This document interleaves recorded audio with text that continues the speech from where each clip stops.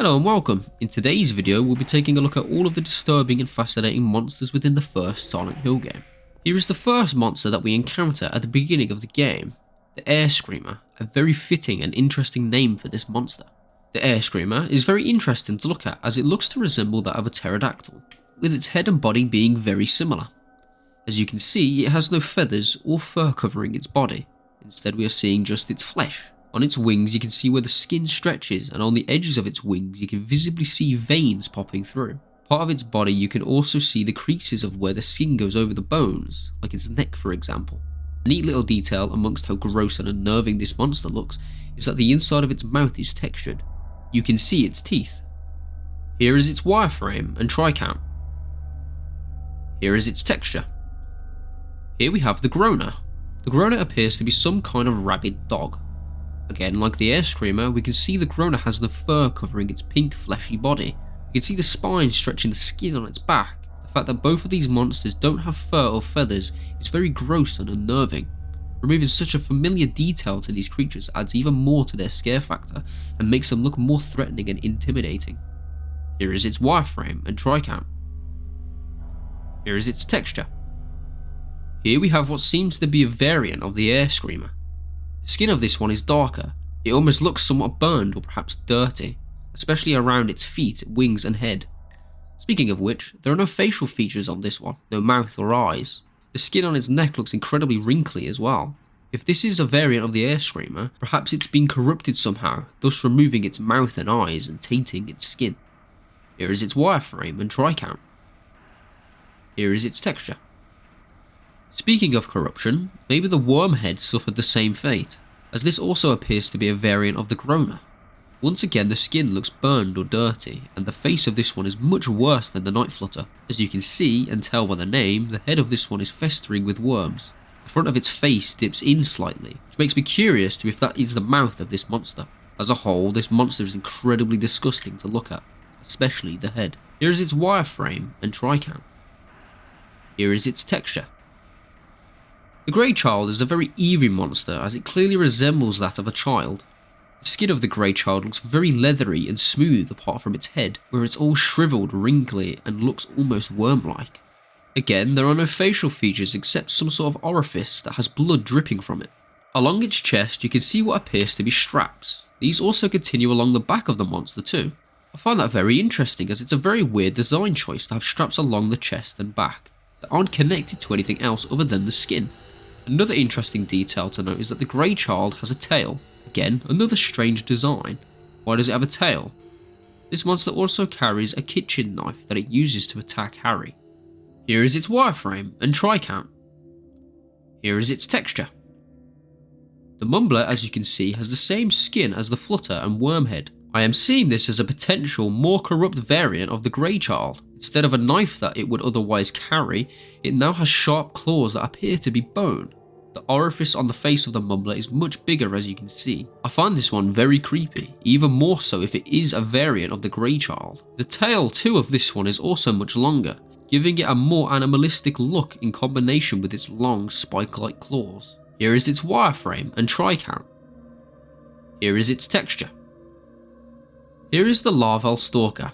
There isn't much for me to say about this monster here as this is how it looks in game, all black and transparent. However, there is a beta texture for this monster and a few other beta monsters that I'll be covering in my next video, so stay tuned for that. Here is its wireframe and tricam. Here we have the Stalker. There isn't much to say here about this one other than it is just the ghostly apparition version of the Grey Child, just like the Larval Stalker, and similar to them they can be very hard to see when playing the game. Here we have the Romper, an adult humanoid monster that roams on all fours like some sort of animal. As you can see, the skin of this one is darker, almost looking dirty, especially its hands and feet that are practically black. This monster has eyes and a large mouth that covers most of its face. Similar to the Grey Child, this one has what looks to be a collar around its neck, which is strange and adds even more to this animalistic humanoid creature. Here is its wireframe and tricam. Here is its texture. Here we have the Hanged Scratcher. We encounter it in the sewers, a very fitting place for it to be considering it is a very slimy looking monster. It is a very scrawny monster as you can see with how thin it is and how its limbs are elongated. Its skin is green and reminds me of a frog with how shiny and slimy they look. The bottom jaw of this monster too also sticks out, as you can see. Here is its wireframe and tricount. Here is its texture. The Bloodsucker is a very simple monster, and I can't help but think that he looks similar to an umbilical cord, especially with the name too. Except umbilical cords don't suck blood, of course. A nice little detail is that the head of the monster has teeth, which you'd never be able to see within the game, as this monster is small and low to the ground. A thing to note here about this monster is that it isn't a whole model. In fact, the tentacles are all the same model, just placed within each other using different animations. My first time playing Silent Hill 1, I actually died to the Bloodsucker.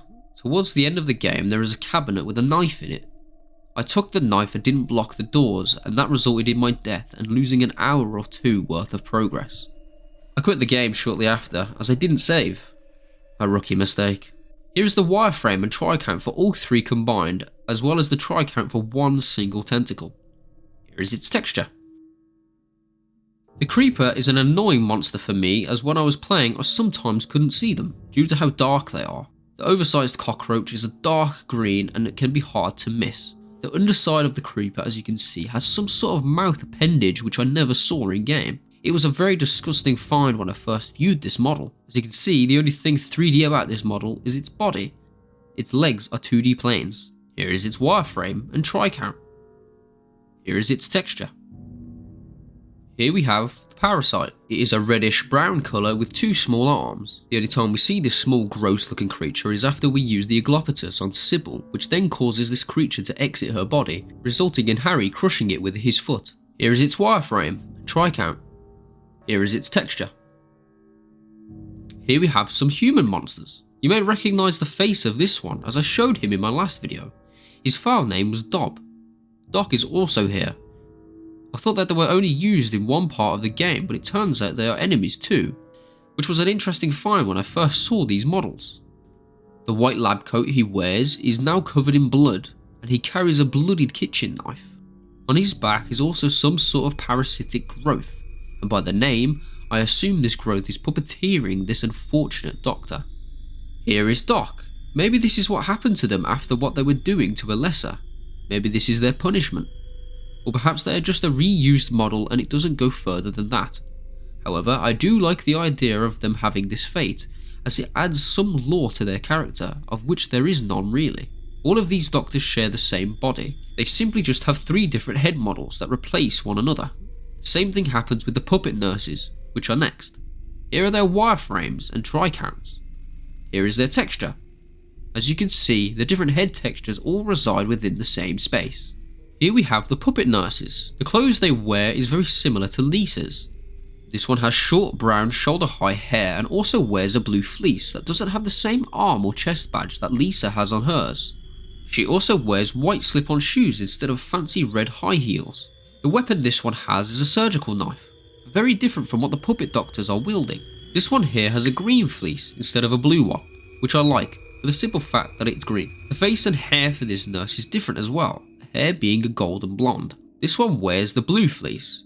She has a nice bit of hair covering just a bit of her forehead, and the back of her hair is also held up by some sort of silver hair clip, which is a simple but neat little detail, especially as you can see how the hair is pulling in different directions.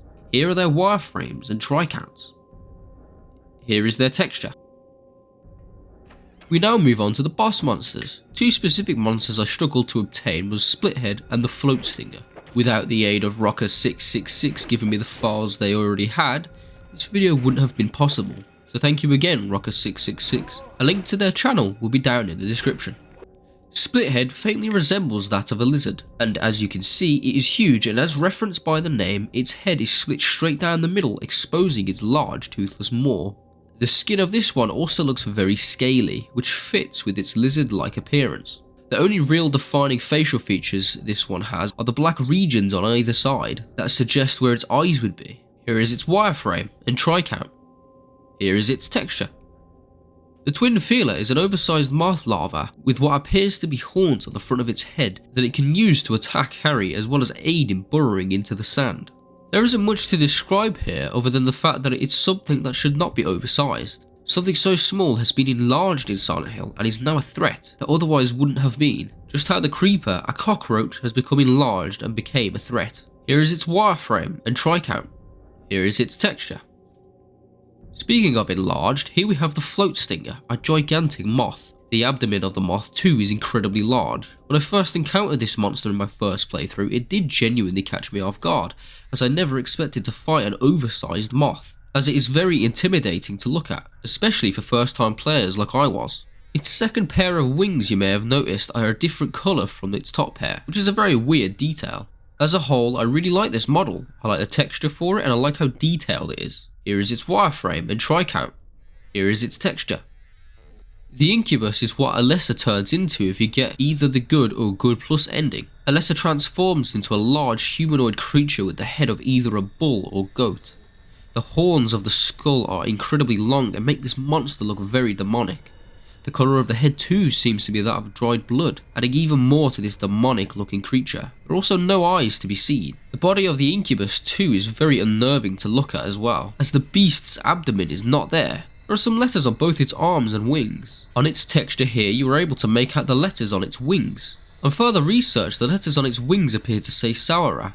However, Masahiro Ito believes they are Greek symbols. However, if they are Greek symbols, they translate to Siphard or Dophis, which aren't words in the Greek language, thus leaving what is said on the arms a mystery. This information was gathered from the Silent Hill wiki fandom, a very interesting site that I'll link in the description if you wish to check it out. Here is its wireframe and try count. Well, that's all of the disturbing and interesting monsters that we see within Silent Hill 1. I can't wait to eventually check out the other monsters within the series, as I know there are some very weird, disgusting and interesting ones out there, especially Pyramid Head, whom I'm really eager to check out. In the next video I'll be showing you all of the unused monsters that unfortunately didn't make it into the final game, so stay tuned for that. I hope you all did enjoy the video and I will see you all in the next one.